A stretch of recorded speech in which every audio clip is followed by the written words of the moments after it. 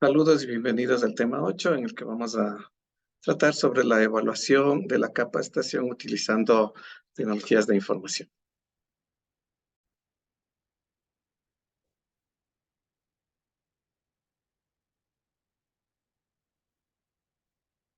Como ya lo había manifestado, vamos a revisar esta evaluación del proceso, pero con uso de tecnologías, y vamos a hacer este comparativo respecto a los temas que ya habíamos revisado.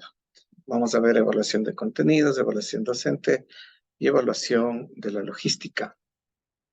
Algo que ya revisamos es que la evaluación de la capacitación es un proceso integral, sistemático, gradual y continuo que valora los cambios producidos en la conducta del participante, la eficiencia o la eficacia de las técnicas empleadas, la capacidad científica y pedagógica del facilitador, la calidad curricular o plan de estudios y todo cuanto converge en la realización del hecho educativo. Ustedes tienen ahí un link que podrían acceder quienes quieran profundizar en el tema. Habíamos visto con ustedes que la evaluación puede ser por el momento de aplicación, la amplitud, la finalidad o la forma en la que ésta se administra, muy similar al proceso presencial, ¿sí?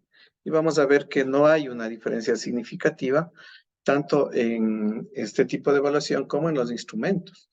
Y los instrumentos ya habíamos visto que existen pruebas, escalas, listas de verificación, escalas estimativas, y en cuanto al ámbito, el ámbito cognoscitivo, dominio psicomotor o el afectivo actitudinal. Como ven, las mismas herramientas se utilizan para las evaluaciones que se realizan.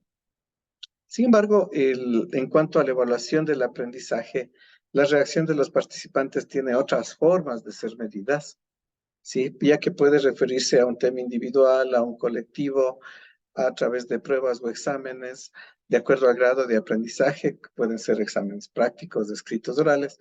Los prácticos podrían llevarnos un poco más de tiempo en la evaluación o que pensemos más sobre la forma en la que vamos a aplicar estos en la evaluación a través de medios de información o sistemas de información o mecanismos virtuales, pero para eso también definimos trabajos de grupo, modalidades de trabajo de grupo, hojas electrónicas compartidas, hojas de texto compartidas, gráficas, información, todo aquello que puede el facilitador justamente colocar para que se pueda mejorar la gestión.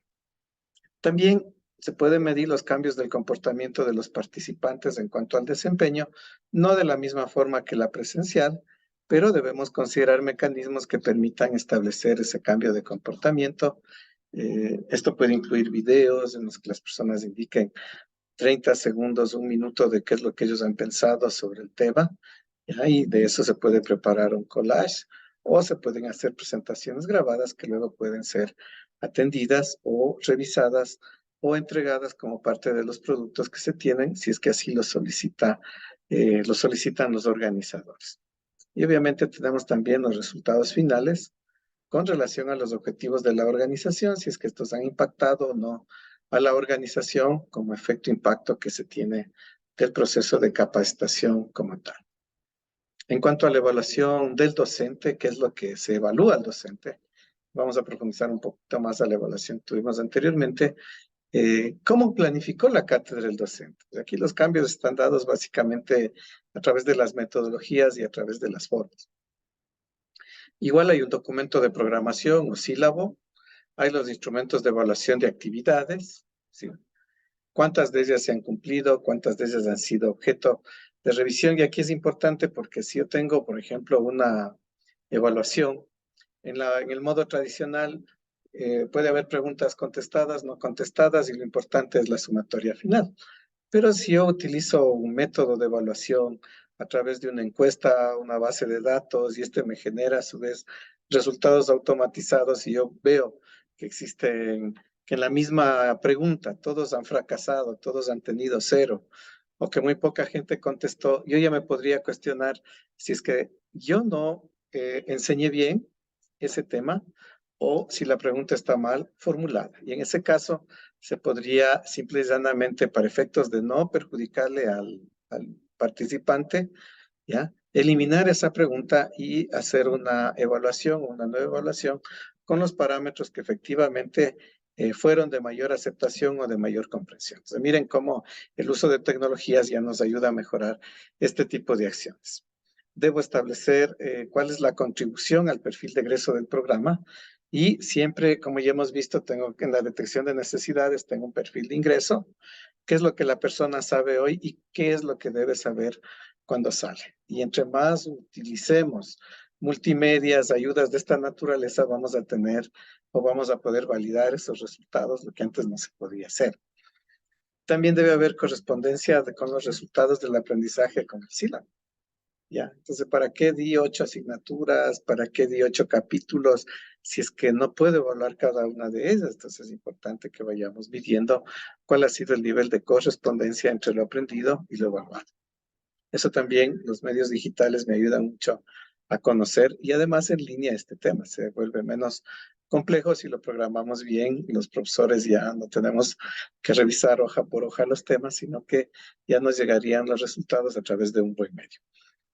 Igual si las actividades se enfocaron en alcanzar los resultados, ¿sí? Como tales en general.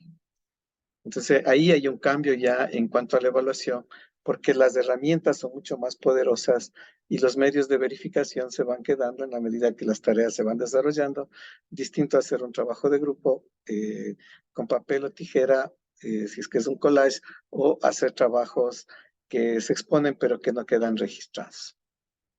En cuanto a la ejecución de la cátedra como tal, demostrar los conocimientos y dominios de la cátedra, en este caso del docente, el uso de estrategias de aprendizaje. Por eso en el Moodle, por ejemplo, lo mínimo que debemos conocer como facilitadores es, por ejemplo, a organizar un foro, a armar una tarea, a hacer una presentación, posiblemente hacer un archivo multimedia, para que todo quede registrado, ¿sí?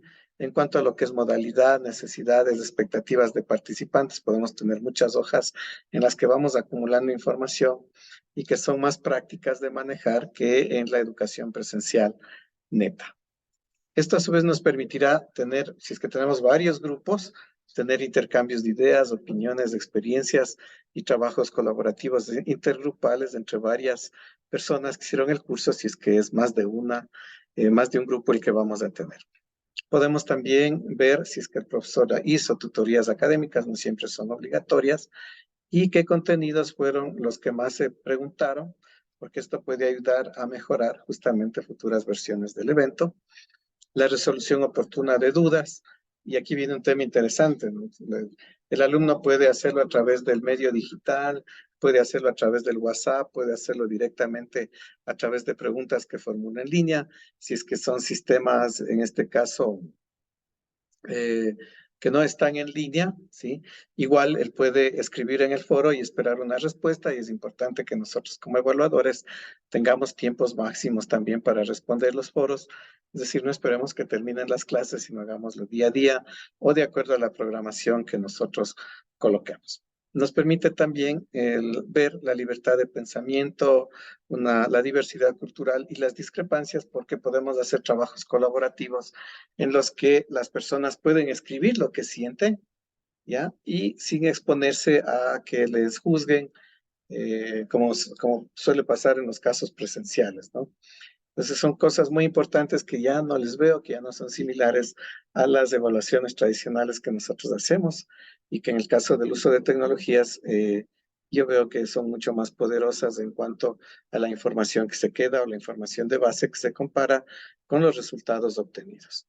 Y obviamente otra forma de evaluar es por tiempos, por uso de plataforma, ya no el registro tradicional de la firma, sino los contenidos y los tiempos que estamos dedicando a la plataforma, a la videoconferencia, etcétera. Son varias formas de evaluación.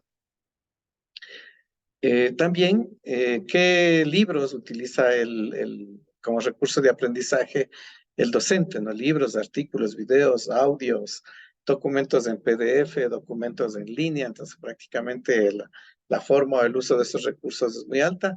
La recomendación es, si estoy utilizando recursos en línea, que toda la información esté en línea o que pueda ser descargada o que tenga contenidos digitales.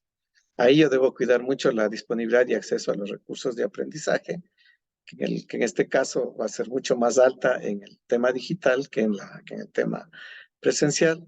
¿Qué tan actualizados están esos recursos? Eso implica trabajar en bases de datos, y también implica estar más actualizado que en las otras modalidades. Y la contribución de los recursos de aprendizaje para alcanzar los resultados que fueron definidos en la planificación. Entonces, como ven, aquí sí hay una diferencia significativa en las formas de evaluación.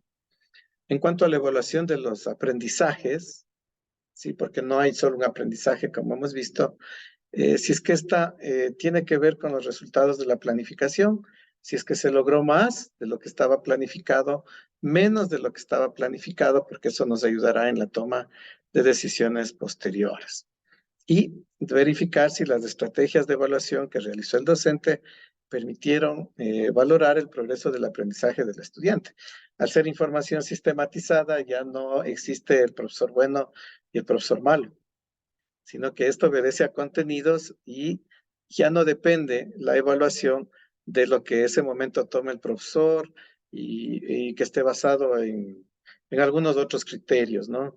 O criterios muy personales, sino que en este caso, como es parte de una programación, los aprendizajes a través de los objetivos horizontales, verticales, que tiene el proceso de aprendizaje se pueden medir y van a quedar grabados en las formas o en las evaluaciones que nosotros practiquemos a los alumnos en beneficio de ellos y en beneficio de las organizaciones que son las que nos han contratado para prestar esos servicios.